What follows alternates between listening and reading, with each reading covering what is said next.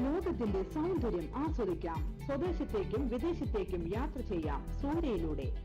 Passport, emigration, flight tickets, visa stamping, certificate attestation, visiting visa, holiday packages, ഉംറ പാക്കേജുകൾ, hotel booking, insurance, photostat, lamination, PAN card, rubber seal. Surya international travels and communications, Vadakkanchery, Chelakkara, Delhi, Dubai, ഇപ്പോൾ ആറങ്ങോട്ടുകരയിലും. Phone 9447268947 8056999611.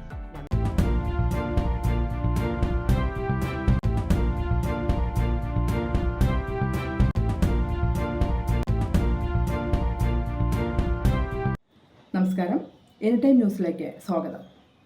സമൂഹ മാധ്യമങ്ങളിലൂടെ വലിയ രീതിയിൽ ആക്രമിക്കപ്പെട്ടപ്പോഴും അമ്മയിലെ ഒരാൾ പോലും തന്നെ പിന്തുണച്ചില്ലെന്ന് ഇടവേള ബാബു. നീണ്ട 25 വർഷം അമ്മയുടെ ജനറൽ സെക്രട്ടറിയായിരുന്നു ഇടവേള ബാബു. പദവി ഒഴിയുന്നതിന് മുന്നോടിയായി അംഗങ്ങളെ അഭിസംബോധന ചെയ്തപ്പോഴാണ് താൻ നേരിട്ട പ്രതിസന്ധികളെക്കുറിച്ച് തുറന്നു പറഞ്ഞത്. സംഘടനയുടെ പ്രവർത്തനങ്ങളിൽ മമ്മൂട്ടിയും മോഹൻലാലും ഇന്നസെന്റും അടക്കമുള്ളവർ വലിയ പിന്തുണ നൽകിയിരുന്നു. എന്നാൽ സംഘടന വലിയ പ്രതിസന്ധിയിലൂടെ കടന്നുപോയപ്പോൾ പലരും തന്നെ ബലിയാടാക്കി. പെയ്ഡ് സെക്രട്ടറി എന്ന് പരിഹസിക്കപ്പെട്ടപ്പോൾ അതിനെതിരെ അമ്മയിലെ അംഗങ്ങൾ ആരും പ്രതികരിച്ചില്ല. പദവിയിലിരിക്കെ അത്തരം ആരോപണങ്ങളോട് പ്രതികരിക്കുന്നത് ബുദ്ധിമുട്ടാണ്. എന്നാൽ പദവിയിലുള്ളവർക്ക് വേണ്ടി മറ്റുള്ളവർക്ക് സംസാരിക്കാമായിരുന്നു. അടുത്ത ഭരണസമിതിയിലുള്ളവർ ഇത്തരം പ്രശ്നങ്ങളിലൂടെ കടന്നുപോകുമ്പോൾ പിന്തുണ നൽകണമെന്നും ഇടവേള ബാബു പറഞ്ഞു. ജഗദീഷ് ശ്രീകുമാറാണ് ജനറൽ സെക്രട്ടറിക്ക് പ്രതിഫലം നൽകണമെന്ന് ആദ്യമായി ആവശ്യപ്പെട്ടത്. അത് കഴിഞ്ഞ് 9 വർഷങ്ങൾക്ക് ശേഷമാണ് 30,000 രൂപ വീതം അലവൻസ് നൽകാൻ തുടങ്ങിയത്. കഴിഞ്ഞ ഭരണസമിതി അത് 50,000 രൂപയായി ഉയർത്തി. അതിൽ 20,000 രൂപ ഡ്രൈവർക്കും 20,000 രൂപ ഫ്ളാറ്റിനുമാണ് നൽകുന്നത്. ബാക്കി 10,000 രൂപ മാത്രമാണ് സ്വന്തം ആവശ്യങ്ങൾക്കായി ഉപയോഗിക്കുന്നത്. താൻ ജനറൽ സെക്രട്ടറി ആയിരുന്ന കാലത്ത് ഒരു ദിവസം പോലും സിനിമാ ഷൂട്ടിംഗ് മുടങ്ങിയിട്ടില്ല.